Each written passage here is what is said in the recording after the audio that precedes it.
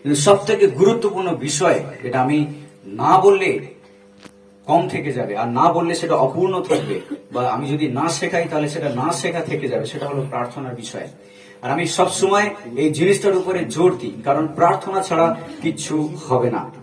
প্রার্থনা ছাড়া কিছুই হবে না। প্রার্থনা ছাড়া কিছু হবে না। যদি প্রার্থনা না থাকে তাহলে আমাদের জীবনে সবকিছু ব্যর্থ চলে যাবে। প্রার্থনা আমাদের জীবনে অক্সিজেনের মতো, এটা আত্মিক অক্সিজেনের মতো প্রার্থনা। যদি অক্সিজেন না পাই আমরা, তাহলে শরীরে বাঁচবো না। যদি অক্সিজেন ভিতরে না যায়, তাহলে আমাদের দেহ ধীরে ধীরে মরতে শুরু করবে, আমাদের কোষ দেহের সেলগুলো ধীরে ধীরে মরতে শুরু করবে, যদি অক্সিজেন আমাদের ভিতরে না যায়। প্রার্থনা হচ্ছে আত্মিক অক্সিজেন, এটা আমাদেরকে আত্মিকভাবে জীবিত রাখে, আত্মিকভাবে বাঁচিয়ে রাখে। যদি সেই অক্সিজেন আমাদের ভিতরে না যায়, অর্থাৎ প্রার্থনা যদি আমাদের মধ্যে না থাকে, আমাদের জীবনে না থাকে, তাহলে আত্মিকভাবে আমরা মরতে শুরু করব। তাই আমাদের প্রয়োজন প্রার্থনা। আমি বারবার এই বিষয়টাকে নিয়ে জোর দিই, কারণ প্রার্থনা যদি না থাকে, আমিও খুব স্ট্রাগল করি। প্রার্থনা অধ্যাবসায়, প্রার্থনা অনুশীলন, প্রার্থনা রীতিমতো চালিয়ে যাওয়া একটা কঠিন ব্যাপার। আমি জানি এটা একটা কঠিন ব্যাপার, কিন্তু এটাই একমাত্র বিষয় যেটা আমাদেরকে ঈশ্বরের সঙ্গে যুক্ত রাখবে। এটাই একমাত্র জিনিস যেটা আমাদের সঙ্গে ঈশ্বরকে জুড়ে রাখবে। যদি প্রার্থনা না থাকে, তাহলে আর সবকিছু ব্যর্থ হয়ে যাবে আমাদের জীবনে। কোনো আত্মিকতা থাকবে না আমাদের মধ্যে, খ্রিস্ট জীবনের কোনো নমুনাই থাকবে না আমাদের মধ্যে, যদি আমাদের মধ্যে প্রার্থনা না থাকে। Hallelujah, hallelujah. আজকে প্রয়োজন প্রার্থনা। আপনি কি প্রার্থনা করছেন ঈশ্বরের কাছে? আপনি কি সময় দিচ্ছেন ঈশ্বরকে প্রত্যেক দিন? আপনার মধ্যে কি প্রার্থনা করবার মানসিকতা আছে? আমাদের মধ্যে কি প্রার্থনা করার ইচ্ছা আছে? যদি না থাকে, তাহলে সেই ইচ্ছাকে তৈরি করতে হবে। প্রার্থনার খিদেকে আমাদের মধ্যে তৈরি করতে হবে। যদি খিদে না থাকে একজন মানুষের, তাহলে স্বাভাবিকভাবে তাকে অসুস্থ বলা যায়। কখন খিদে হয় না মানুষের? যখন খিদে হয় না, তার মানে শরীরের কিছু সমস্যা রয়েছে, শারীরিক কিছু অসুবিধা রয়েছে, সেই জন্য সেই ব্যক্তির খিদে হচ্ছে না। তখন তাকে কোথায় নিয়ে যেতে হয়? ডাক্তারখানায় নিয়ে যেতে হয়, কোনো ওষুধ খেতে হয়, বা কোনো পরামর্শ নিতে হয়, যদি খিদে না হয়। আমাদের শরীরে যথাযথ খিদের প্রয়োজন, আর আমরা প্রত্যেকে খাই। এমন নয় যে এমন কেউ নেই এখানে যারা একদম খিদে হয় না। আমাদের প্রত্যেকের খিদে হয়, আর আমরা খাই শরীরে বেঁচে থাকবার জন্য। আর আমাদের আত্মারও খিদে রয়েছে, আর সেই আত্মার খিদেকে মেটানোর জন্য আমাদেরকে প্রত্যেকদিন প্রার্থনা করতে হবে। Hallelujah, hallelujah. আর প্রার্থনা ছাড়া আমরা কখনো এক মুহূর্ত ঈশ্বরের সঙ্গে জুড়ে থাকতে পারবো না। প্রার্থনা আমাদের জীবনে প্রয়োজন।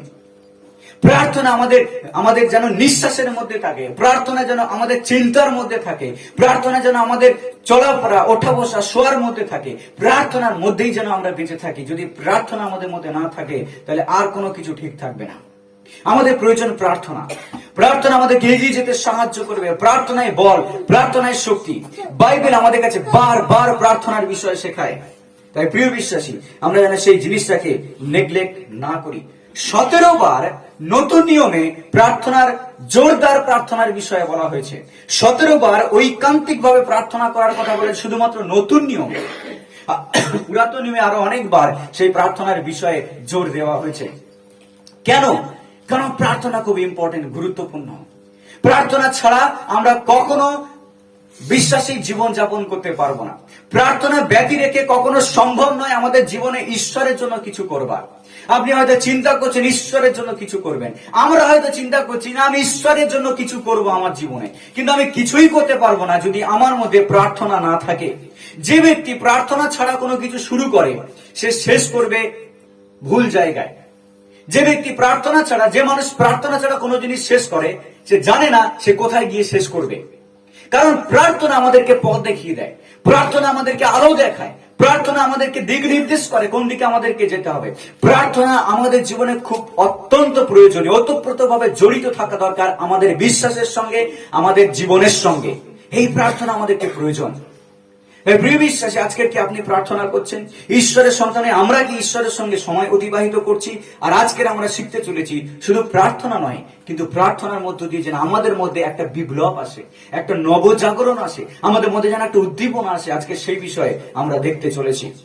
প্রার্থনা একটা কঠিন বিষয়, কিন্তু প্রভু যীশু খ্রিস্ট শিষ্যদেরকে অনেক কিছু শিখিয়েছেন, কিন্তু তার মধ্যে সব থেকে গুরুত্বপূর্ণ যে জিনিসটা যীশু খ্রিস্ট তার শিষ্যদেরকে শিখিয়েছেন, সেটা হলো প্রার্থনা। প্রভু যীশু তিনি প্রার্থনার বিষয়ে শিখিয়েছেন। কিভাবে তিনি শিখিয়েছেন প্রার্থনা বিষয়ে? নিজে জীবন দিয়ে। তিনি নিজের জীবনের উদাহরণ দিয়ে প্রার্থনার বিষয়ে তিনি শিখিয়েছেন। সকালে উঠে প্রভু যীশু প্রার্থনা করতে চলে যেতেন, ভোর রাতে তিনি প্রার্থনা করতে চলে যেতেন পাহাড় পর্বতে। বাইবেলে লেখা রয়েছে তিনি সারাদিন কাজ করতেন আর রাতে বেলা তিনি পিতার সঙ্গে কথা বলতেন, তিনি প্রার্থনা করতেন।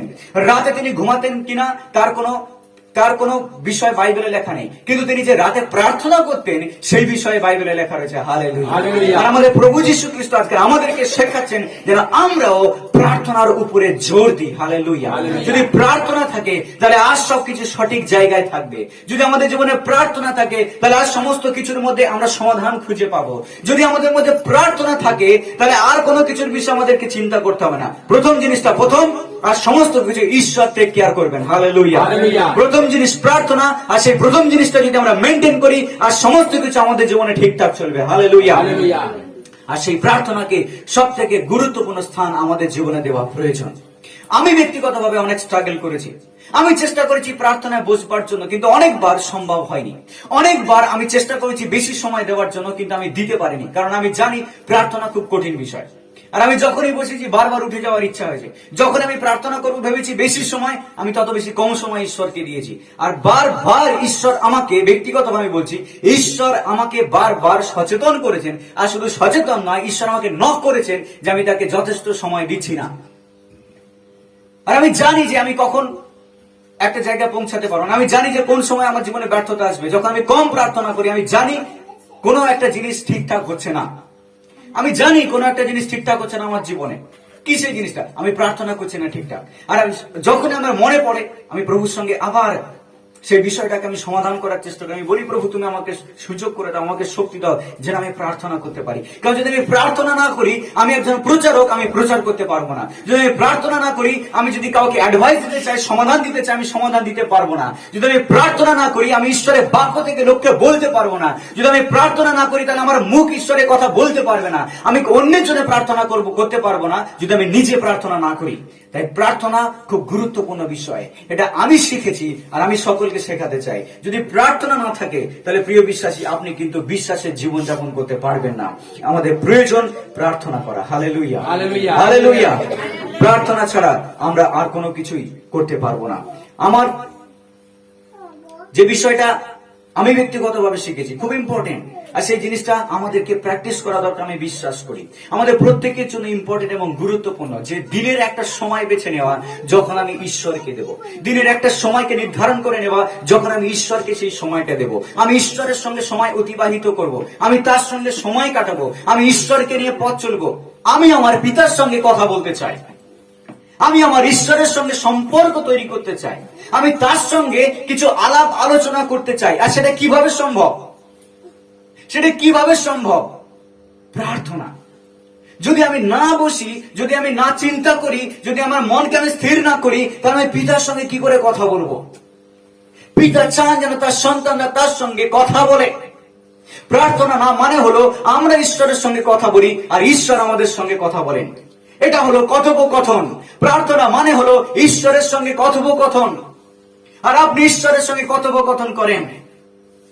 প্রার্থনায় আমরা আমাদের প্রয়োজনকে ঈশ্বরের সামনে তুলে ধরি, আর শুধু প্রয়োজন নয়, ঈশ্বর তার কথা আমাদেরকে জানান আর আমরা আমাদের কথা ঈশ্বরকে জানাই।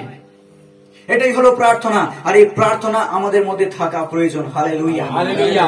আজকের প্রার্থনা পরিবর্তন নিয়ে আসবে। আজকের প্রার্থনা আমাদের সমাজে নবজাগরণ নিয়ে আসবে।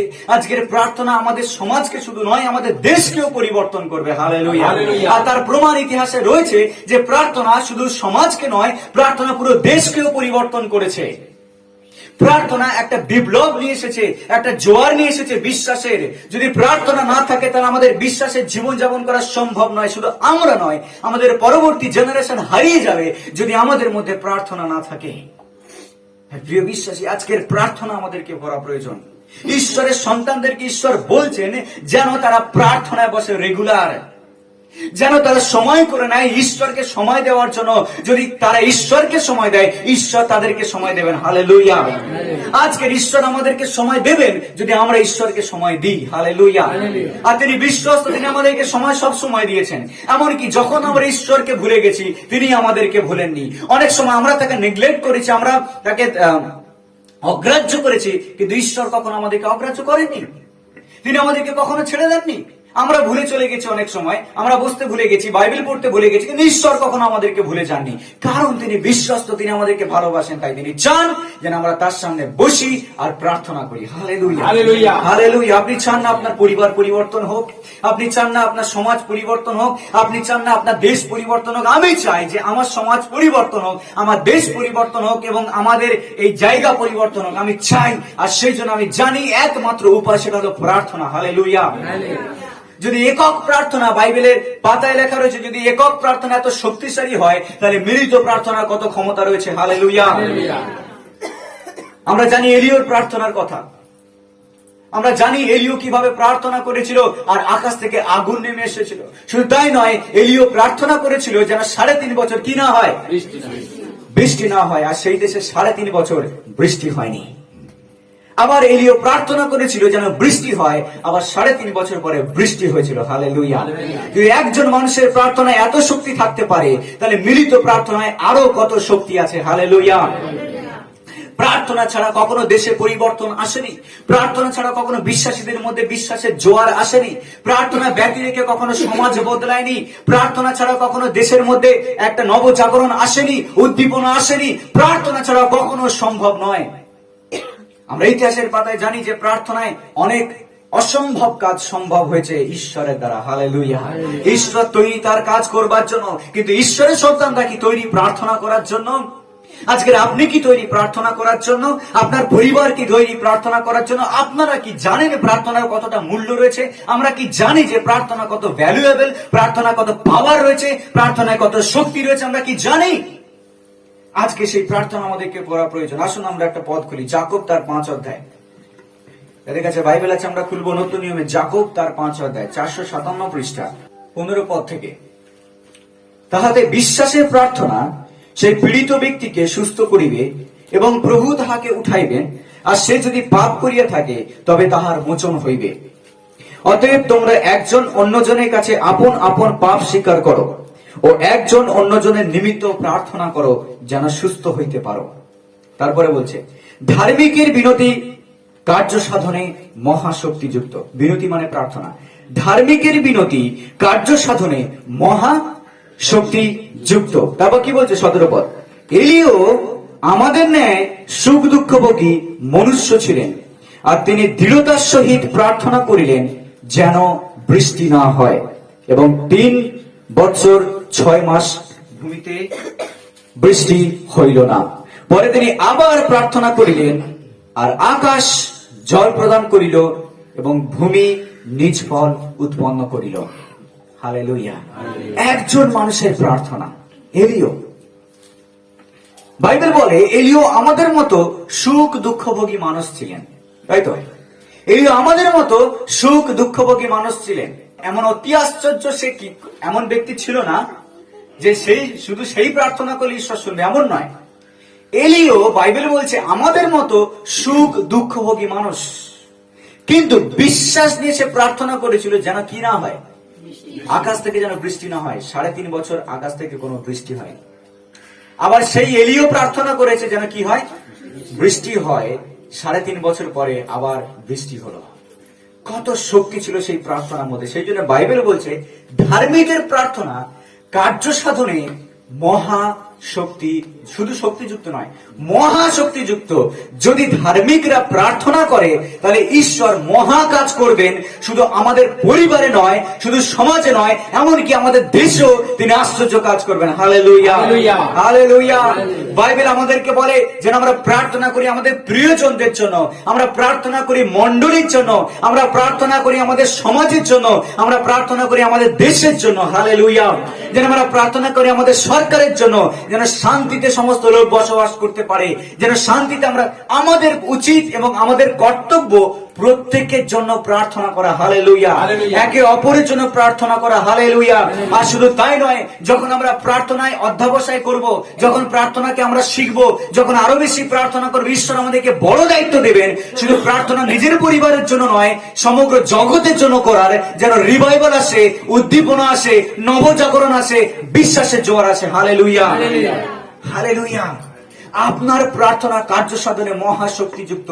আমাদের প্রত্যেকের প্রার্থনা, কেন আমরা প্রার্থনায় গুরুত্ব দিই এত? কারণ প্রার্থনা ছাড়া কোনো কিছু নেই। প্রার্থনা ছাড়া আমরা কিচ্ছু করতে পারবো না।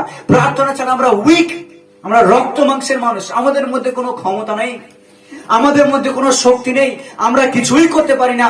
ঈশ্বরকে করতে হবে আমাদের হয়ে। তাই ঈশ্বর চান সেই রকম লোকদেরকে যারা প্রার্থনায় বসে আর সেই রকম পরিবেশ তৈরি করে যেখানে ঈশ্বর আমাদের হয়ে আমাদের পরিবর্তে কাজ করবেন। হালেলুয়া। প্রার্থনা খুব গুরুত্বপূর্ণ। আমরা একদিনের জন্য এটাকে নেগলেক্ট করতে পারি না। যখনই আমরা প্রার্থনা বন্ধ করে দেব, আত্মিকভাবে শুধু আমরা পরাজিত হব না, আমাদের আত্মিক অধঃপতন ঘটতে শুরু করবে। আমরা আছি এই জায়গায় প্রার্থনা করে, আমরা আমাদের প্রার্থনার জীবন যদি এই জায়গায় থাকে, তাহলে এই জায়গা থেকে আমরা পড়ে যাব যদি একদিন বা দুদিন বা এক সপ্তাহ আমরা প্রার্থনা না করি। আত্মিক জীবনে আমি যে জায়গায় আছি সেই জায়গা থেকে ইমিডিয়েটলি আমি পড়ে যাব যদি আমি একদিন দুদিন বা এক সপ্তাহ যদি আমি প্রার্থনা না করি। কারণ প্রার্থনা আমাদেরকে এই জায়গায় থাকতে সাহায্য করবে। আর এই জায়গায় আমি যদি না থাকি, তাহলে শয়তানের বিরুদ্ধে আমি যুদ্ধ করতে পারবো না। আমাদের আত্মিক লেভেলকে সবসময় বজায় রাখতে হবে। আত্মিক লেভেলকে এই লেভেলে রাখতে হবে শুধু প্রার্থনার মধ্য দিয়ে। হালেলুয়া। বাইবেল পড়া যেমন ইম্পর্টেন্ট, প্রার্থনা ইকুয়ালি ইম্পর্টেন্ট আমাদের জীবনে। হালেলুয়া। বাইবেল পড়া গুরুত্বপূর্ণ, প্রার্থনা সমান গুরুত্বপূর্ণ আমাদের প্রত্যেকের জন্য। তাই প্রার্থনায় যেন আমরা সময় অতিবাহিত করি। প্রার্থনা করবার কোনো জায়গা হয় না। প্রার্থনা করবার জন্য অবশ্য পরিবেশ দরকার হয়, ভালো পরিবেশ দরকার প্রার্থনা করার জন্য, যেখানে কোনো ডিস্ট্রাকশন থাকবে না, কোনো সমস্যা থাকবে না, বাধা থাকবে না, প্রতিগমন বন্ধ করা। কিন্তু প্রার্থনার জন্য জায়গা আমাদেরকে তৈরি করে নিতে হবে। হালেলুয়া। প্রার্থনার জন্য জায়গা আমাদেরকে তৈরি করে নিতে হবে। আমি যেখানে দাঁড়িয়ে আছি সেখানেই থেকে আমি প্রার্থনা করতে পারি। আমি যেখানে বসে আছি সেখানেই থেকে প্রার্থনা করতে পারি। আমার ঘর থেকে আমি প্রার্থনা করতে পারি। প্রার্থনা করবার জন্য আমাদেরকে মনস্থ করতে হবে যে আমি প্রার্থনা করবো প্রত্যেকদিন। ঈশ্বর আমাদের জন্য ব্যবস্থা করে দেবেন। হালেলুয়া। একটা সার্ভে এইরকম বলে যে বিশ্বাসীরা, খ্রিস্টীয় বিশ্বাসীরা গড়ে 5 থেকে 7 মিনিটের বেশি কখনো প্রার্থনা করে না সারাদিনে। ঈশ্বর আমাদেরকে কত সময় দিয়েছেন সারাদিনে? সারাদিনে ক ঘন্টা? 24 ঘন্টা। 24 ঘন্টার মধ্যে কতক্ষণ ঈশ্বরকে দেওয়া উচিত? কোনো ফিক্স টাইম নেই। বাইবেল কখনো বলে না কোনো ফিক্স টাইমের কথা। কিন্তু আমাদের কি মনে হয় কত সময় দেওয়া উচিত? 5 মিনিট, 2 মিনিট, 5 মিনিট, 7 মিনিট ঈশ্বরকে সময় দেওয়া কি যথেষ্ট 24 ঘন্টার মধ্যে? কি মনে হয়? যদি আমরা সত্যি বিশ্বাসী হই, আমাদের মধ্যে যদি বিশ্বাস থাকে, আমরা নিশ্চিত জানি 5 মিনিটে কিংবা 7 মিনিট যথেষ্ট নয় ঈশ্বরকে দেওয়ার জন্য। আর বাদ বাকি সময় ঈশ্বরকে সময় দিচ্ছি না, বাদ বাকিটা আমি ঈশ্বরকে দিচ্ছি না, বাদ বাকিটা আমি আমার জন্য ব্যবহার করছি। আর শুধু 5 মিনিট অথবা 7 মিনিট আমি ঈশ্বরকে দিচ্ছি। কতটা খুশি হবেন ঈশ্বর? আমি 5 মিনিট সময় ঈশ্বরকে দিচ্ছি আর ঈশ্বরের কাছ থেকে আমি বড় বড় আশীর্বাদ চাইছি। আমি 5 মিনিট সময় ঈশ্বরকে দিচ্ছি আর আমি চাইছি আমার পরিবারে আশ্চর্য কাজ হোক। আমি চাইছি আমার জীবনে আশ্চর্য কাজ হোক, আমার পরিবারের শান্তি নেমে আসুক, সমস্যার সমাধান হোক। আর এত এত প্রার্থনার অনুরোধ আমরা নিয়ে আসি, কিন্তু আমরা নিজেরা প্রার্থনায় সময় দিই না। প্রার্থনায় আমাদেরকে সময় দিতে হবে। প্রার্থনায় আমাদেরকে সময় অতিবাহিত করতে হবে। ঈশ্বরের সঙ্গে আমরা যতটা পারবো ততটা বেশি সময় দেব। বাইবেলে কোনো ফিক্স টাইম ঈশ্বর আমাদেরকে বেঁধে ধরে দেননি, কারণ ঈশ্বর আমাদেরকে ফ্রি উইল দিয়েছেন, আমাদেরকে স্বাধীনতা দিয়েছেন। এখন আমাদের সিদ্ধান্ত আমি কতটা সময় ঈশ্বরকে দেবো। হালেলুয়া।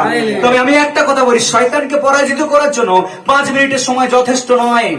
শয়তানকে হারানোর জন্য 5 মিনিট যথেষ্ট নয়। সারাদিনে আমাদেরকে আরো বেশি সময় ঈশ্বরকে দিতে হবে। বাইবেল স্টাডিতে, ঈশ্বরের বাক্য অধ্যয়নে, ঈশ্বরের নামকে নিয়ে এবং প্রার্থনায়। হালেলুয়া।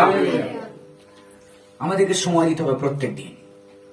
ধার্মিকের প্রার্থনা কার্য সাধনে মহাশক্তিযুক্ত। আমরা দেখতে চাই আমাদের পরিবারে কাজ হোক, আমরা দেখতে চাই আমাদের সমাজে কাজ হোক, আমরা দেখতে চাই আমাদের পরিবেশ পরিবর্তন হয়ে যাক, আমরা দেখতে চাই আমাদের আত্মীয় পরিজনরা যারা এখনো উদ্ধার পায়নি তারা উদ্ধার পাক।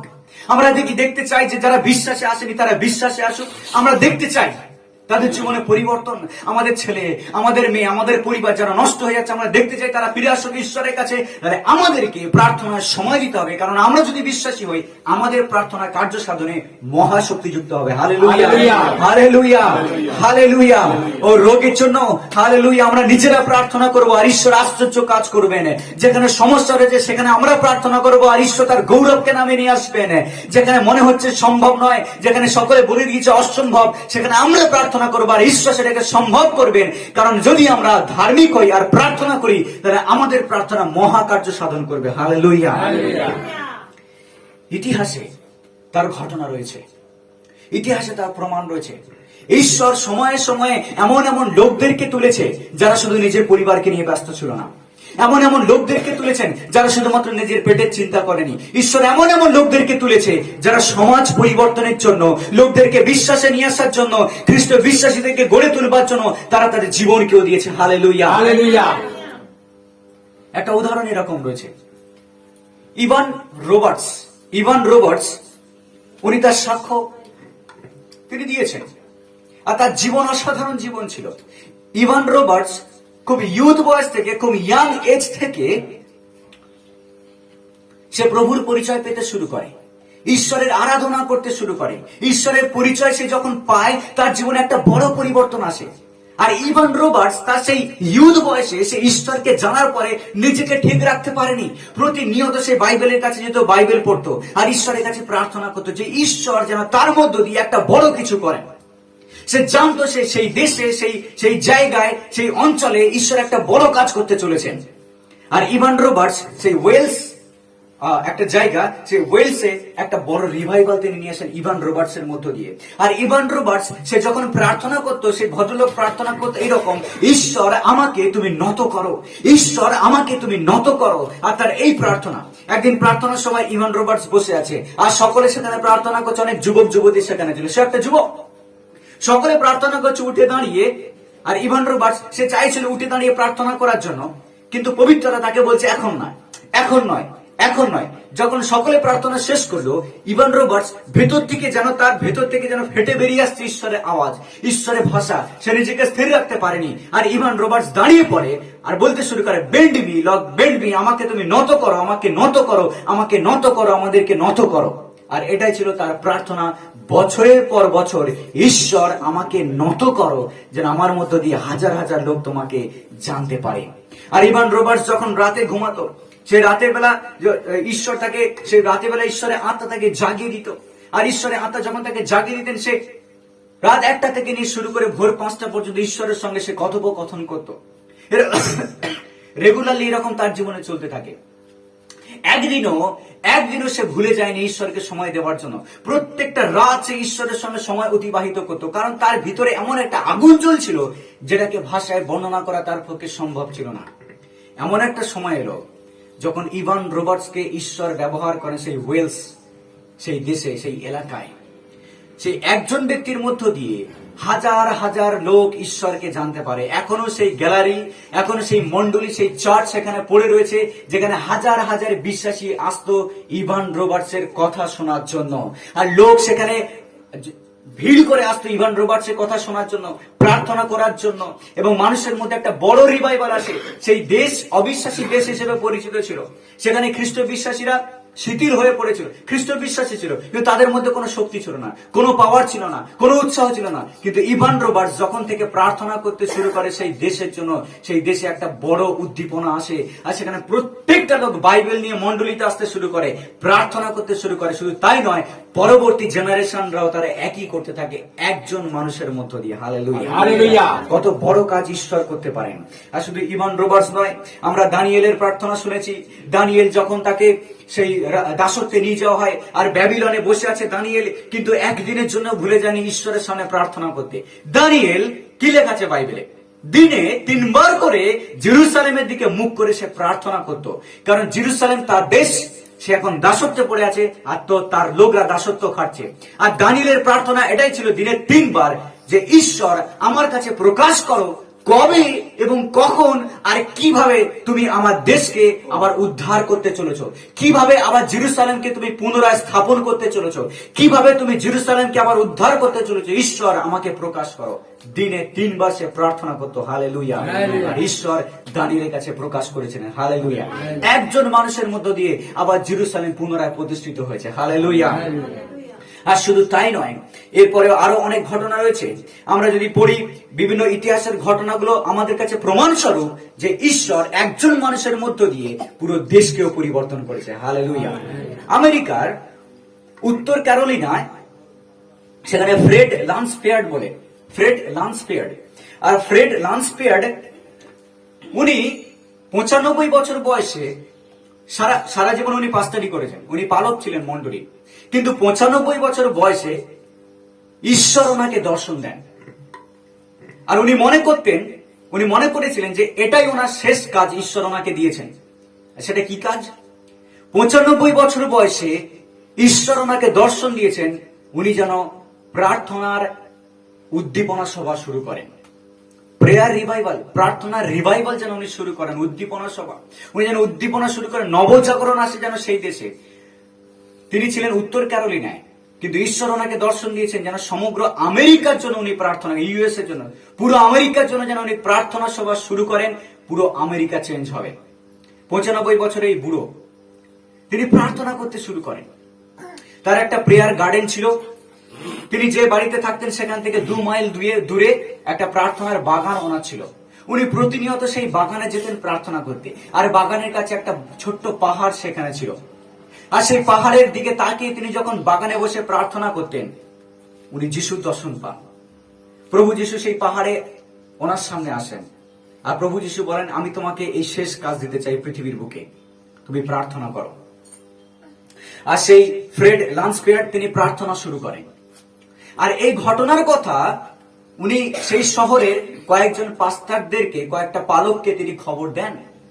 আর তিনি সেই খবর যখন ছড়িয়ে দেন, তারা তার কাছে আসে। আর উনি ওনার দর্শনের কথা সেই পাস্টারদেরকে বলতে থাকেন। তার থেকে যারা আরো ইয়াং তাদেরকে তিনি বলতে শুরু করেন। আর তারা একসঙ্গে সিদ্ধান্ত নেয় যে তারা প্রার্থনা করবে। কিন্তু ইভান রবার্টসের জীবনে আসলে কি, ফ্রেড লান্সফিয়ার্ডের জীবনে তিনি এই ধরনের কি ছিল? উনি যখন ছোট ছিলেন তখন উনি এই ঘটনা বর্ণনা করেন, এরকম বলছেন, উনি যখন ছোট ছিলেন উনি জঙ্গলের কাছে ঘুরতে গেছেন। আর জঙ্গলে যখন উনি ঘুরতে গেছেন ছোটবেলায়, একটা আওয়াজ উনি শোনেন। জঙ্গলের ভিতর থেকে, সেই ঝোপঝাড় থেকে একটা আওয়াজ ওনার কানে আসে। উনি দেখতে চাইছিলেন ওটা কিসের আওয়াজ।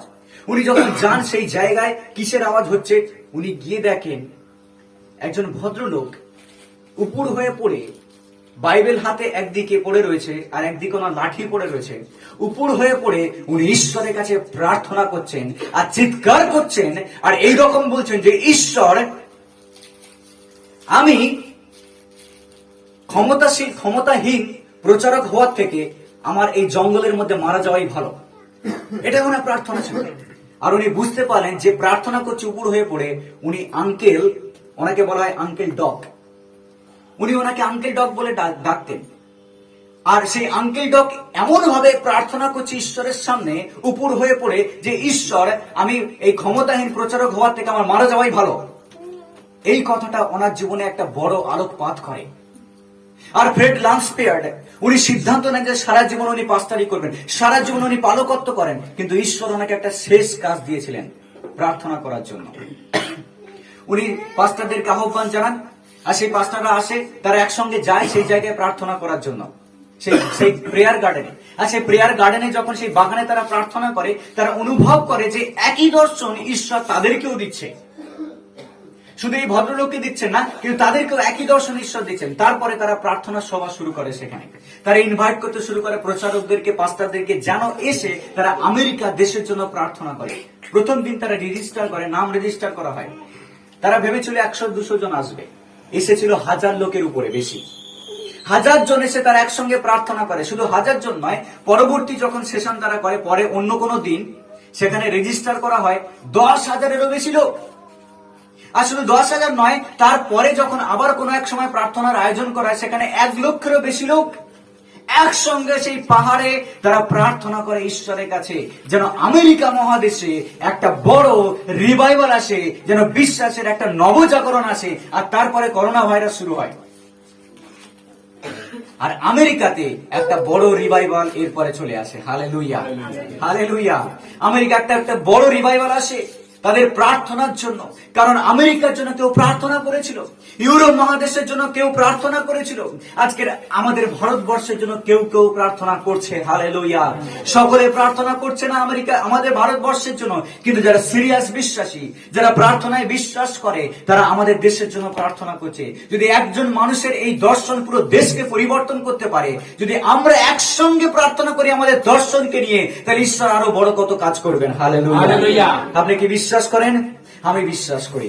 আমি বিশ্বাস করি ঈশ্বরের থেকেও আরো বড় কাজ করবেন আমাদের জীবনে, শুধু আমাদের পরিবারে নয়, আমাদের এলাকায়, শুধু আমাদের এলাকায় নয়, আমাদের সুন্দরবনে ঈশ্বর অনেক বড় কাজ করবেন যদি আমরা প্রার্থনায় সময় দিই। Hallelujah, hallelujah. আমরা প্রার্থনার সময় দিতে চাই। আর সেই জন্য আমি বলেছিলাম উপবাস প্রার্থনা করবো। আমরা উপবাস প্রার্থনা করো মাসে একবার। প্রথমে মাসে একবার থেকে মাসে দুবার থেকে মাসে 3 বার, তারপরে মাসে 4 বার। আমরা এরকম করতে করতে যত বেশি সম্ভব আমরা তত বেশি প্রার্থনা করব। আপনি যত বেশি প্রার্থনা করবেন তত বেশি আশ্চর্য কাজ দেখবেন। আমরা যত বেশি প্রার্থনা করব তত বেশি অন্ধকার দূর হবে আর ঈশ্বরের আলো নেমে আসবে আমাদের মধ্যে। Hallelujah, hallelujah. জেরেমায়া লানফিয়ার্ড একজন ভদ্রলোক, আর উনি আমেরিকার নিউ ইয়র্কে সেই সময় যুদ্ধ হয়েছিল। আর প্রত্যেকের মধ্যে একটা ভয়, প্রত্যেকের মধ্যে একটা সংশয় ছিল। কিন্তু ঈশ্বর জেরেমায়াকে বলেছিল, জেরেমায়া লানফিয়ার্ড সেই সময়, যে উনি যেন একটা প্রার্থনার মিটিং শুরু করেন। জেরেমায়া লানফিয়ার্ড প্রচারক ছিলেন না, তিনি প্রচার করেননি, তিনি শুরু করেন প্রার্থনার মিটিং। আর সেই সময় সেই নিউ ইয়র্কে একটা জায়গা, একটা ওল্ড চার্চ, খুব পুরনো একটা চার্চের বিল্ডিং এ উনি যান। আর সেখানে গিয়ে তিনি দুপুর বেলা প্রার্থনা শুরু করেন। আর সেটাকে বলা হয় নুন ডে প্রেয়ার, দুপুর দিনের প্রার্থনা। কত সুন্দর নাম, দুপুর দিনের প্রার্থনা। সকালে না, উনি দুপুরে প্রার্থনা করতেন। আর সেখানে প্রত্যেকের জন্য উনি দরজা খুলে দেন, যেন সকলে এসে, যতজন রাস্তা দিয়ে যাবে প্রত্যেকে এসে সাইনবোর্ড দেখবে, সেখানে লেখা রয়েছে আসুন এখানে 2 মিনিট, 10 মিনিট, 15 মিনিট, 20 মিনিট প্রার্থনার সময় অতিবাহিত করুন। প্রথম দিন যখন সেই প্রার্থনা উনি শুরু করেন, উনি চেয়ার সাজিয়ে রাখেন সেই চার্চের মধ্যে, আর উনি বসে থাকেন। উনি অপেক্ষা করেন কে আসে। নুন ডে প্রেয়ার, দুপুরের প্রার্থনা। প্রথম দিন 6 জন লোক এসেছিল। প্রথমে একজন আসে, প্রার্থনা শুরু হয়, তারপর আরেকজন আসে, আরেকজন, এরকম করে করে 6 জন প্রথম দিন এসেছিল। উনি খুব খুশি, কারণ ঈশ্বর 6 জনকে পাঠিয়েছেন এই দুপুরের প্রার্থনা শুরু করার জন্য। সেই দুপুরের প্রার্থনা 6 জন থেকে 600, 600 থেকে 6000, 6000 থেকে 6 লক্ষ।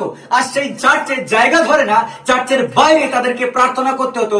রোজ হাজার হাজার লোক সেখানে আসতো আর এসে ঘন্টার পর ঘন্টা প্রার্থনার সময় অতিবাহিত করত। আর সেটা ইতিহাসের পাতা হয়ে গেছে দুপুর দিনের প্রার্থনা। আর নিউ ইয়র্ক সিটিতে পুরো শহর, পুরো দেশ সেখানে ছেয়ে যায় প্রার্থনার সভাতে। প্রত্যেকটা জায়গায়, প্রত্যেকটা মানুষের জীবনে যেন প্রার্থনা একটা বড় স্থান করে নেয়। বাইবেল স্টাডি প্রার্থনার মধ্য দিয়ে, শুধু তারা নয়, তাদের ছেলেমেয়েরা, তাদের পরবর্তী বংশধররা, তারাও সেই প্রার্থনাকে একটা গুরুত্বপূর্ণ স্থান দেয়। তাদের জীবনে একটা বড় পরিবর্তন আসে। হালেলুয়া। শুরু হয়েছিল 6 জন লোককে দিয়ে, আর শুরু হয়েছিল একজন মানুষকে দিয়ে, জেরেমায়া লানফিয়ার্ড। আজকের আপনাকে দিয়ে শুরু হতে পারে। আজকের আপনাকে ঈশ্বর চান, আজকের আমাকে ঈশ্বর চান। আমি জানি আমাদের প্রত্যেকে ঈশ্বর চান। যদি আমরা একসঙ্গে কমিউনিটি হয়ে, যদি আমরা ইউনাইটেড হয়ে, একত্র হয়ে, ঐকান্তিক ভাবে যদি প্রার্থনা করি ঈশ্বরের সামনে, ঈশ্বর তার আগুনকে আমাদের মাঝখানে নামিয়ে নিয়ে আসবে। হালেলুয়া। আর আমাদের ভেতর থেকে সমস্ত শিথিলতাকে, জড়তাকে যীশু খ্রিস্টের নামে তিনি ভেঙে দেবেন। হালেলুয়া। প্রকাশিত বাক্য 8 অধ্যায়ে 3 আর 5 পদ, সেখানে লেখা রয়েছে যে আমাদের প্রার্থনা, বিশ্বাসীদের প্রার্থনা, সাধুদের প্রার্থনাকে ঈশ্বরের সামনে বেদিতে উৎসর্গ করা হয়। হালেলুয়া। এই পৃথিবীতে আর অন্য কিছু নয়, শুধুমাত্র আমাদের প্রার্থনা ঈশ্বরের সামনে ধূপের ধোঁয়ার মতো উঠে যায়। হালেলুয়া। এই পৃথিবীতে আমরা অনেক কিছু করি, কিন্তু একটাই মাত্র জিনিস যেটা ঈশ্বরের সামনে যোগ্য স্বরূপ উঠে যায়, সেটা হচ্ছে আমাদের প্রার্থনা।